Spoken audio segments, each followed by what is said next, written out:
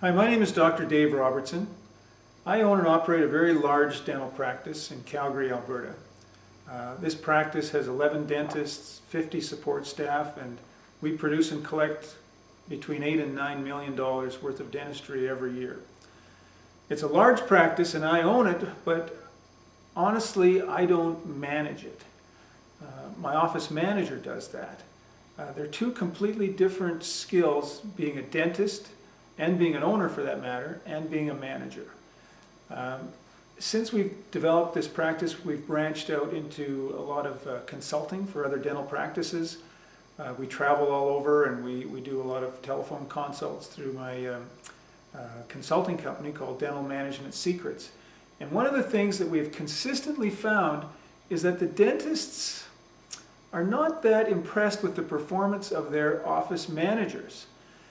And when you think about it, it kind of makes sense, because when you look at who the managers are in most dental practices, it's almost always one of the top performers that has kind of worked their way up through the ranks. They started out as being a great dental assistant, they moved on to the front end and receptionist or treatment coordinator, and they were really good at that, and eventually became promoted to office manager.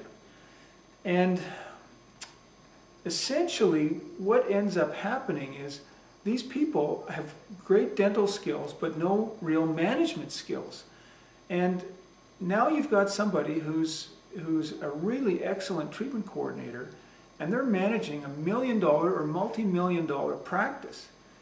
If you had $1 million investment portfolio, you probably wouldn't have somebody with no training managing that money. And yet most dental offices are run by a strong receptionist that has no management background or training at all. And what ends up happening in most cases is, because they're so good at the individual skills, anything that's slightly difficult, they get pulled into dealing with it. So they end up kind of doing everything. Instead of managing the other people to get them to improve and take on the more difficult tasks, they end up trying to run around and do it all themselves, which number one, burns them out, and number two, often makes them a little upset at the other people, because they can't understand why they can't do it as well as they can do it. In fact, dentists fall into that trap too, and when we try to manage, and we micromanage in that same kind of a way. So the thing about it, though, when you think about it, is how does being an excellent treatment coordinator qualify somebody to deal with the legalities of terminating an employee, or the difficulty in hiring an excellent employee, or implementing something new, or training somebody, or complying with all the labor laws, which are very complex and changing all the time, or goal setting for themselves, for the practice, or for an individual that needs to improve in a certain area, or disciplining a staff member in a way that's constructive and productive and is going to enable that person to improve, not just chew them out.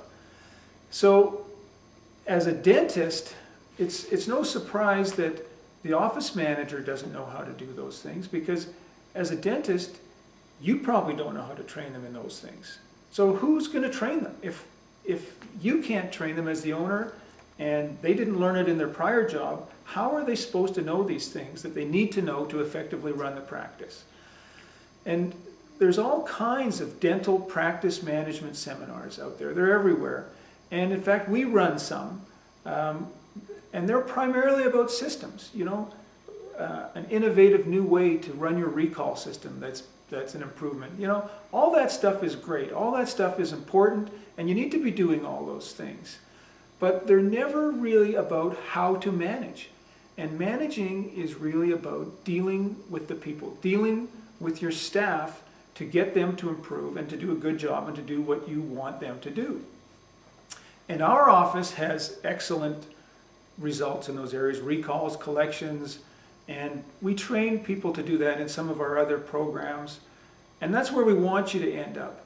But if you learn from us or from any management consultant an excellent recall system, but you don't know how to implement it because your manager doesn't have those skills, you're still not going to improve, you're still not going to progress. The other thing we want to teach your managers are, most managers are swamped. They just can't keep up with all the things they have to do, partly for the reason I mentioned before, that everything gets dumped on them. But the other reason is they're often doing a bunch of paperwork that they think is management work, but it's really paperwork. And we're going to show you how to automate all kinds of things. We automate everything that moves. We automate it if it's going to save us time. And part of the program is to show some ways of automating. The other thing we're going to show the managers is the data that we think is important, that we look at on a monthly basis, the things that we look at to try to run our practice better. So we're going to identify what those things are and also show them how to get this data quickly, not at year end, but minute to minute, every day, every week, so that they can deal with these numbers. So, like I said before, I'm the owner of the practice, and I want to make decisions. I want to decide what to do with the practice, where to go with the practice, what needs doing, what I want improved. But I want to leave the implementation and management to somebody else. I don't want to be doing all these day-to-day things. I'm not good at it, and my belief is most dentists are not good at it. So that ties into my next point. On this particular seminar, this is a very unusual point, I would think, for most dentists, is that dentists are not allowed. We're not inviting dentists to this. And why is that? You know, we could probably make more money if we brought in dentists. We could have more people attending and build up a bigger seminar, but we know that the manager won't get as much out of it if there's a dentist there. And if you don't believe me, think of a typical staff meeting with the dentist there and the manager there. And nobody wants to say anything, including the manager. If the manager's got a real weakness, they don't want to bring it up in front of the dentist. And it's the same here. If your manager really needs to learn something and they feel weak on it, they don't want to admit that in front of you if you're the owner. So we've found that in situations like this, we find the same thing when we're consulting. When we go into a practice, the office manager will open up to us in ways that they never do to their own boss. And we can help them improve that way a lot more than the owner can get across to them or get through to them. So everybody knows that good results come from good management. That certainly has been the case in my office. You know, I've got an excellent manager, and he takes care of all the little day-to-day things in the office that I honestly am not good at dealing with. Just fixing some of the little broken parts that are not running properly, that alone can create a huge boost in the productivity of your practice. So this seminar, this is the first time we've done something like this. You know, we're busy. I'm busy with my practice. We're busy with consulting. Both my office manager and I are busy. So we're not sure if we're going to do this again. This may be a one-time deal. We'll see how it goes. It's going to be a small group. This is not going to be 300 people. It's going to be almost like one-on-one training, because any particular issues or particular questions that you have, you'll be able to answer. And you know, we don't mind coming to your office and doing this stuff one-on-one, but it's a lot more expensive. We charge $5,000 for my office manager to spend a day in your practice, $8,000 for me to do it. You know, the cost of this seminar is around $1,000, and in a way, you may get more out of it than bringing us in, because it's kind of like the concept of giving someone a fish or teaching them to fish. If we can teach you how to manage the office better, you don't need as much out of us. In fact, we charge $5,000 to develop an office manual for an office, because it's complicated, and we've got a tremendous template, things that we've developed. It's legally correct. You know, it goes through so many things. In fact, I'm going to go over it, and for an extra $300, you can sign up for an extra day and walk out the door with your office manual completed. That's a $5,000 value that we charge for, for $300, because we're doing it in a group setting. It's a tremendous savings, and you're going to come out with the same thing. And just to give you an idea, this is just one example of some of the way we think and the way we run our office and the things that are found in this manual. I've written down the table of contents just to go over it, just to show our office manual is 30 pages long.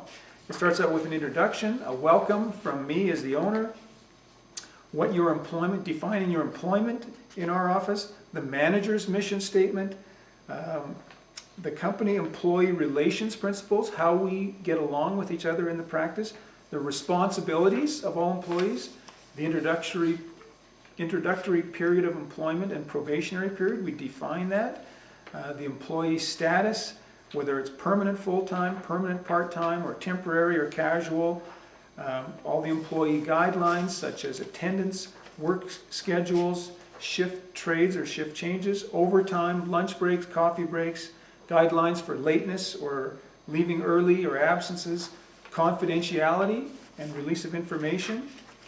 If you leave the practice, what that involves, how we select and recruit employees, job postings and promotions, what our policy is on that, compensation, timesheets, how we deal with that, the pay period that we follow, salary reviews, when that's done, our objectives reviews, the benefits that we provide, the disability insurance program that we have, what dental benefits we provide, and how that differs between permanent and part-time employees, paid leave, unpaid leave, entitlement for vacation, statutory holidays, civic holidays, any other paid leaves of absence, bereavement leave.